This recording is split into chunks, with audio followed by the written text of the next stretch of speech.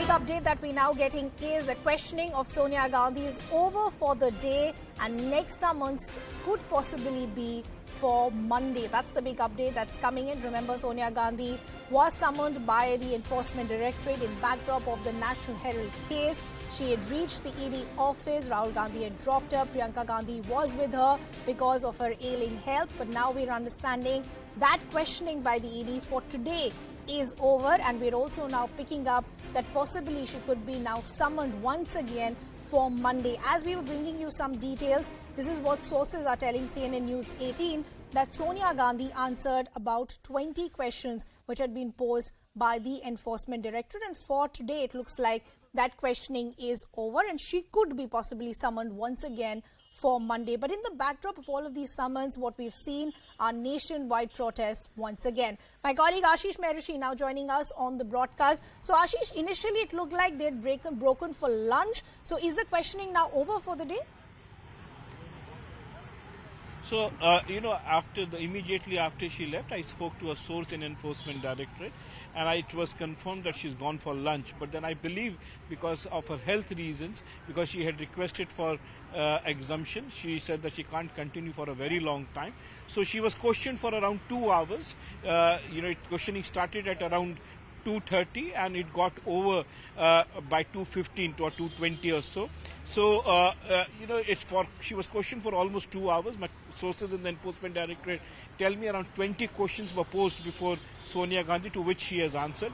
There were around 3 people inside the cabin, a deputy director level officer, an assistant director level officer who is supposed to be the IO in this case, and a typist who was typing the answers of whatever Sonia Gandhi said.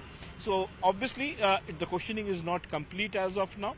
The questioning could continue. My sources tell me that there is a chance tentatively which she can be summoned again for Monday. So let's see if the summons are issued today or tomorrow. But in all likelihood, the questioning will continue, and this could extend until Monday. Okay, so you're saying what you're picking up by your sources is that there could be another round of questioning tentatively for Monday. But let's break down the details of what really is this case about, Ashish. You're picking up some interesting details as far as various shareholders for both AGL as well as Young India. What are these details that you're picking up? So the shareholders, this organization, Associated Journal, this has been this company was registered in 1938, in fact pre-independence time. Since then, there were around 1,500 shareholders of this company. But interestingly, if you see, in the year 2010, in the month of September, a decision was taken by 7 people.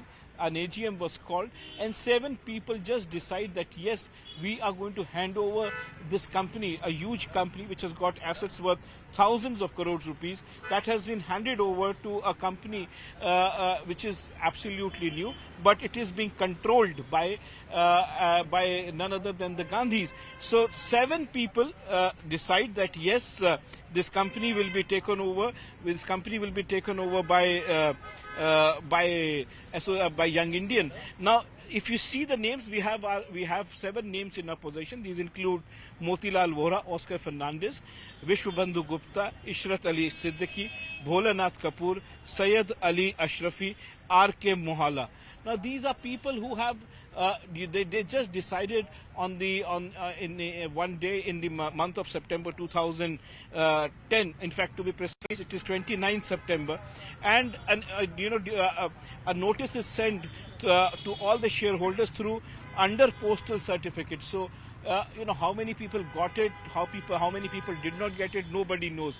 But interestingly, there were no proxies as well. So these are basically details which are coming out from our sources in the Enforcement Directorate, which reveal that 7 people took a decision on behalf of 1,500 shareholders, and the company went into the hands of certain people, where Sonia Gandhi and Rahul Gandhi are the majority shareholders. But let's see how things move forward. It will be interesting to see. Sure. We need to check from our sources, Enforcement Directorate, what were these 20 questions which were posed before Sonia Gandhi, what did she answer, and when it continues, how many more days Sonia Gandhi would be questioned on this matter. True. Ashish, I'll request you to stay on with us. Our colleague and senior editor Pallavi Ghosh also now joining us on the broadcast. Pallavi, we're seeing a repeat of what we had seen when Rahul Gandhi was summoned as well, pan-India protest. But the larger question is, this is just routine questioning. Why is the Congress wanting to give more ammunition to the BJP at this point rather than just going for the questioning and not making this an issue? Well, when I did ask this question of the Congress party, they said, damn if you do and damn if you don't. Look, it's a party which has often been criticized for not hitting the streets. And they use this opportunity certainly to hit the streets to show that they can muster all kind of support of the party cadre, top leaders, chief ministers and so on and so forth.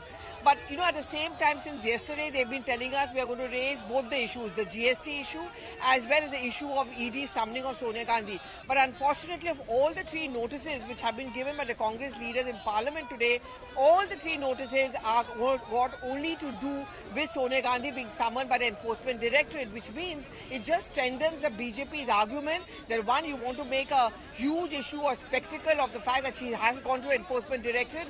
She should be the one who should be on a back foot and not the other way around. And second, the only reason the party hits the streets is when it comes to the Gandhis. So yes, you're right. This is something which is always going to come back to be countered on them.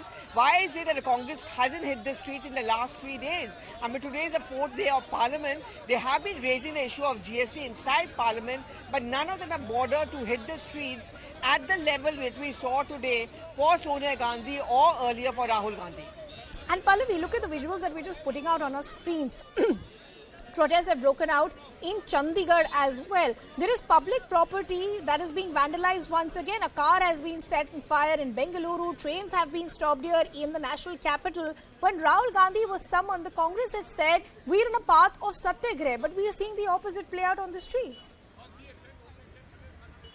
And, that's where the problem begins. I mean, no one denies the right of any political party, frankly speaking, to protest, and especially if they want to protest for their leaders. Almost every political party has done that, whether it's a Trinamool, whether it's a DMK, and so on and so forth. But certainly when it starts hitting the common man is when you get discredited. Look, we staying in the national capital, for all of those who wanted to come back to central Delhi to go to work, it was absolutely chaotic. Roads are shut off, barricading there. So it was a huge problem for people to travel, even by using the public transport. When you deflate tires, you burn buses, hurt and damage public transport, then a little sympathy and support you expect from the people, somehow that sympathy gets lost. Even the point that you're trying to make, that it's a political witch hunt and it's an old case, there's no FIR, that also point gets lost. Absolutely. And it's exactly the point that even the citizens today are raising, that why should we bear the brunt of regular questioning as far as the Gandhis are concerned? Because today, what the optics look like, that Gandhis are above the party. How is the Congress defending that?